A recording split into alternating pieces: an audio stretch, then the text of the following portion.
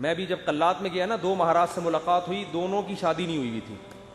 ایک تو ینگ تھے ذرا، دوسرے تھوڑے ایجڈ تھے، ان کا انٹرویو نہیں آیا. تو وہ بھی نہیں، اتنی بڑی عمر کے ہو گئے، ان کے بچے گھوم رہے ہیں وہاں. میں نے بار بار پوچھا یہ بچے آپ کے ہیں؟ کہنے نہیں میرے نہیں ہیں. پھر میں نے پوچھا یہ بچے آپ کے ہیں؟ کہنے میرے نہیں ہیں. بھائی میں نے تو شادی نہیں کی. ایک دم میرے شوق ہوا. میں نے کہا بھائی مہاراج کیا کر رہے ہو؟ قال النبی صلی اللہ علیہ وسلم تزوجوا ولا تکونوا کرہبان النصارى، نکاح کرو عیسائیوں کے پادریوں کی طرح نہ بنو. کیا کرتے ہیں؟ واتقوا اللہ الذی تساءلون به الارحام. دولہا دلہن کو سمجھایا جا رہا تو انسان کے بچے بن جاؤ. یہ خطبہ ایسا ہے، آپ نیٹ پہ لکھو اس کا ترجمہ آ جائے گا. پنڈت جی کے الفاظ لکھو تو نیٹ بولے گا پتہ نہیں کیا بول رہا ہے بھائی، تو میری کچھ سمجھ میں نہیں آ رہا. صحیح ہے نا؟ وہ پنڈت جی سے ہی پوچھنے پڑیں گے. میں تو گیا تھا پنڈت جی سے پوچھنے کے لیے بھائی کچھ بتاؤ، لیکن میں نے کہا وہ پھر ناراض نہ ہو جائیں. پنڈت مہاراج تھے وہ، پنڈت جی تھے بھی نہیں. پتہ نہیں مہاراج میں پنڈت جی میں کیا فرق ہوتا ہے. وہ ان کے مفتی اعظم ہوتے ہوں گے شاید پنڈت، اور مہاراج نارمل مولانا ہوتے ہوں گے، تو شاید یہ ہوتا ہو، واللہ عالم. خیر، پھر اللہ نے کیا فرمایا؟ دوسری آیت جو پڑھی جاتی ہے، یا ایھا الذین آمنوا اتقوا اللہ وقولوا قولا سدیدا. ایمان والو اللہ سے ڈرو اور ہمیشہ سیدھی سیدھی بات کیا کرو. کیا کیا کرو؟ یہ نہیں کہ سچی بات. قولوا قولا صادقا نہیں کہا اللہ نے، قولوا قولا سدیدا. سدیدا کا مطلب سیدھی سیدھی، ٹیڑھی میڑھی آڑے ترچھے نہیں باتیں نہیں کیا کرو. اس سے فائدہ کیا ہوگا؟ یصلح لکم اعمالکم، تمہارے اعمال کو درست کر دے گا. یہ میاں بیوی کو سمجھایا جا رہا ہوتا ہے کہ ابھی سے نا سیدھی بات کرنا سیکھو. ٹوپیاں گھمانا، شوہر بیوی کو ٹوپیاں، بیگم میاں کو، پوری زندگی کس پہ چلتی ہے؟ ٹوپیوں. سیدھی بات کرتے ہی نہیں. سسرال سے الگ آڑی ترچھی باتیں، سسرال والے داماد سے الگ، بیٹی سے الگ. گھروں میں جو آگ لگتی ہے وہ سیدھی باتیں کرنے سے لگتی ہے، آڑی ترچھی باتیں کرنے سے. جھوٹ پلو گھماتے ہیں باتوں کو، صحیح بات ہی نہیں کرتے. تو اس سے کیا ہوتا ہے؟ اعمال خراب ہونا شروع ہو جاتے ہیں. جب آدمی کو پتا ہوتا ہے نا مجھ سے کوئی پوچھے گا تو مجھے سچ بولنا پڑے گا، تو وہ کام ہی ایسا نہیں کرتا کہ جواب دہی ممکن نہ ہو اس کے لیے. تو یہ میاں بیوی کو تمیز سے نصیحت کی جاتی ہے. اور پھر حدیثیں پڑھی جاتی ہیں، النکاح من سنتی، نکاح میری سنت ہے.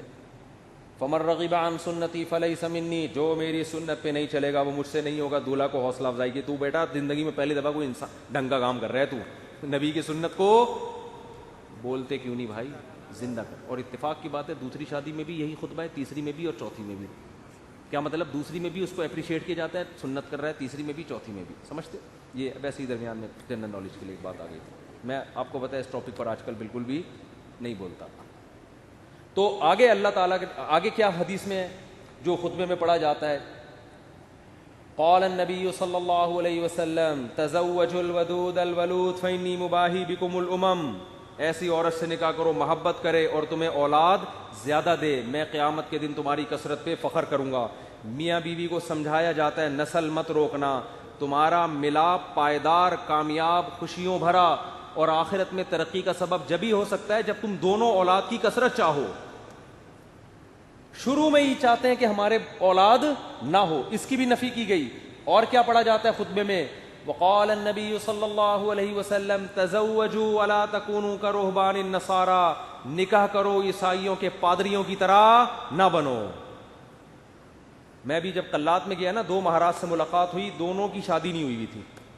ایک تو ینگ تھے ذرا، دوسرے تھوڑے ایجڈ تھے، ان کا انٹرویو نہیں آیا. تو وہ بھی نہیں، اتنے بڑی عمر کے ہو گئے، ان کے بچے گھوم رہے ہیں وہاں. میں نے بار بار پوچھا یہ بچے آپ کے ہیں؟ کہنے نہیں میرے نہیں ہیں. پھر میں نے پوچھا یہ بچے آپ کے ہیں؟ کہنے میرے نہیں ہیں. بھائی میں نے تو شادی نہیں کی. ایک دم میرے شوق ہوا. میں نے کہا بھائی مہاراج کیا کر رہے ہو؟ اس میں پرانے کوئی ڈائلاگ یاد ہے نا، وہ مہاراج اس طرح کے ایک دم اسٹائل سے آتا تھا، وہ مہاراج. تو میرے منہ سے دیکھو مہاراج آپ اپنی ایج دیکھو تو کیسے ہی گزارا ہو رہا ہے. تو انہوں نے کہا بھائی ہم جو مندر کے لیے قربانی دیتا ہے نا. پھر اپنے پرانے والے مہاراج کی انہوں نے مجھے تصویر دکھائی، یہ میرے پیر تھے، ان کا میں نائب بنا تھا. تو جو اپنے آپ کو مندر کی خدمت کے لیے وقف کر دیتا ہے، شادی نہیں کرتا کہ بس مندر کی خدمت ہی کرنی ہے، وہ پھر اس مندر کا مہاراج بنتا ہے. ان کا مذہب ہوگا، میں ان پہ طنز نہیں کر رہا، وہ ان کا جو مذہب ان کو سکھاتا ہے. میں نے ان سے کہا لیکن مجھے تو موقع مل گیا، میں نے کہا آپ کا مذہب آپ کو یہ کہتا ہے کہ آپ شادی نہ کریں, ہمارا مذہب ہمیں یہ کہتا ہے کہ مر رغب عن سنتی فلیس منی. نبی نے فرمایا جو نکاح نہ کر کے میری سنت سے اعراض کرے گا اس کا مجھ سے کوئی تعلق.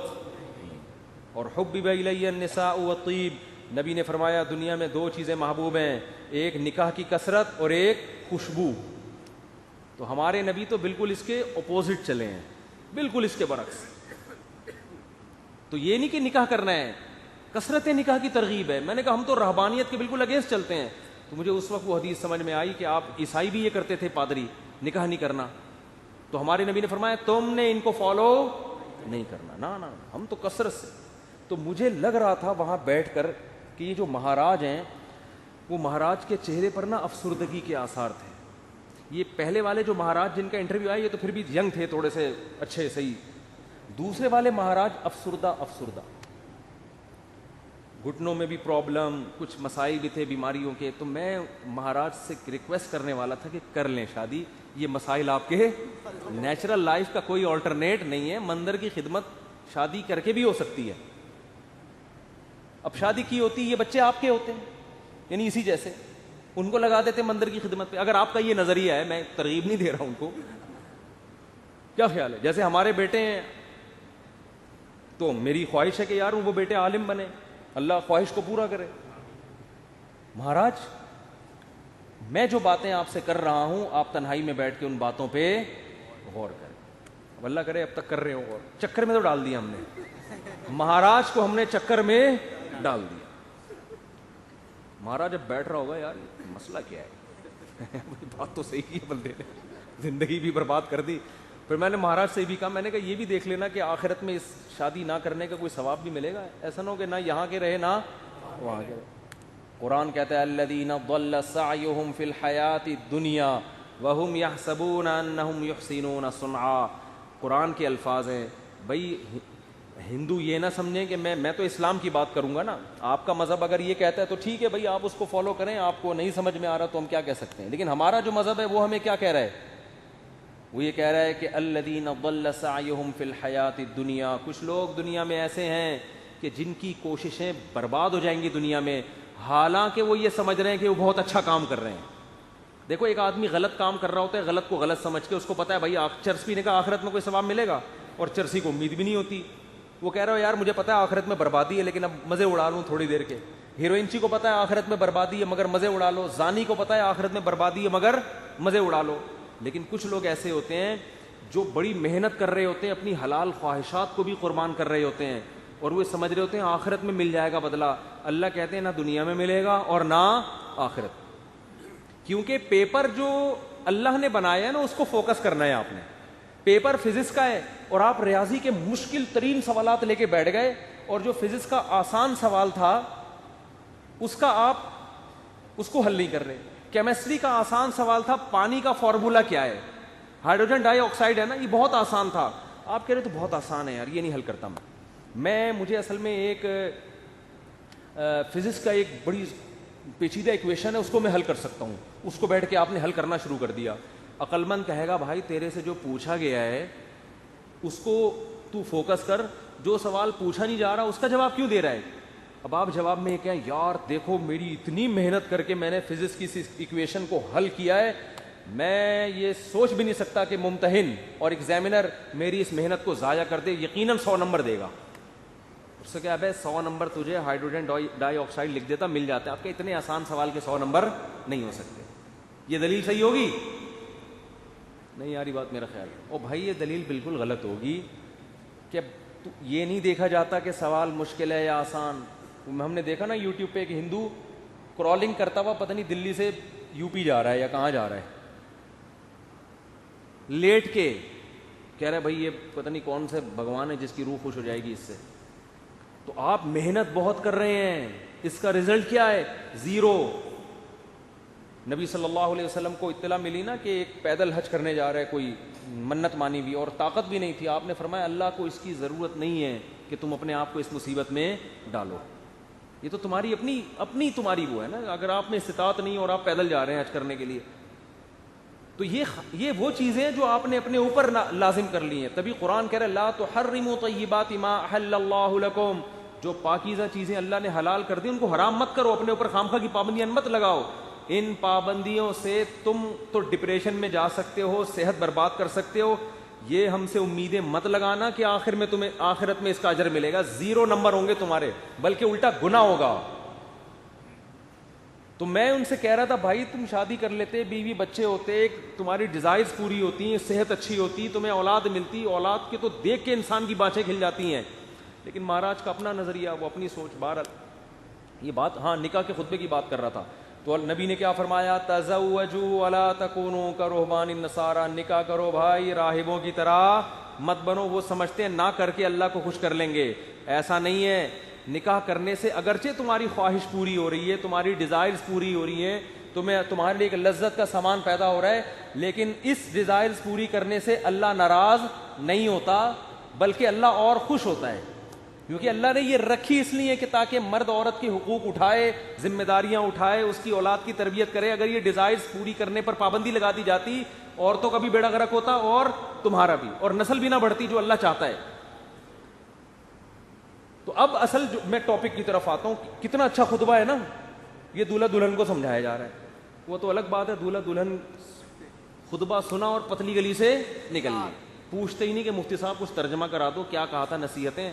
وہ تو ان کا اپنا ہیڈیک ہے نا, یہ اللہ کا قصور نہیں ہے, پوچھتے ہی نہیں, بس آ جاتے ہیں نادرا سے رجسٹرڈ ہو گیا. نادرا سے مفتی صاحب آپ نے کہا تھا 1 ہفتے کے اندر سرٹیفکیٹ مل جائے گا, وہ ولید سے رابطہ نہیں ہو رہا ہے, 1.5 ہفتہ ہو گیا ابھی تک. اس کی فکر ہوتی ہے بیوی میرے نام ہو جائے. میں ان سے کہتا ہوں دیکھو بیوی تمہاری ہو گئی ہے, نمبر پلیٹ ایشو ہو جائے گی تھوڑے دنوں میں. وہ ان کو فکر ہوتی ہے نا, ڈاکومنٹس نہیں بنے. میں نے کہا بھائی ابھی تمہارے نام رجسٹر بھی ہو جائے گی, فی الحال بیوی کے ماتھے پہ لگاؤ اپلائڈ فار رجسٹر. یعنی یہ بک ہو چکی ہے, اب اس سے کوئی اور شادی کی کوشش نہ کرے, یہ لکھ دو اس میں. اگر بہت زیادہ آپ کو خطرہ ہے نا, بھاگ نہ جائے, کہیں نہیں بھاگے گی انشاءاللہ. اور اگر سلوک اچھا نہیں ہے تو رجسٹر ہونے کے بعد بھی بھاگ جائے گی, ہوتا ہے ایسا. تو وہ نادرہ کے کاغذ لے کے گھومتے رہو گے. جیسے میں اب تک وہ ٹھپے لے کے, سبزی والا جو پیسے لے کے بھاگا ہے نا, اس کے انگوٹھے لے کے 6 سال تک گھومتا رہا میں. انگوٹھا ابھی بھی رکھا, میں نے پھاڑ کے پھینک دیا. میں نے کہا یار انگوٹھے پہ تو کیس ہو نہیں سکتا, دل تو چاہ رہا تو اس انگوٹھے کو پکڑ کے لگاؤں میں کھینچ کھینچ. تو یہ کاغذات دھرے کے دھرے رہ جاتے ہیں. تو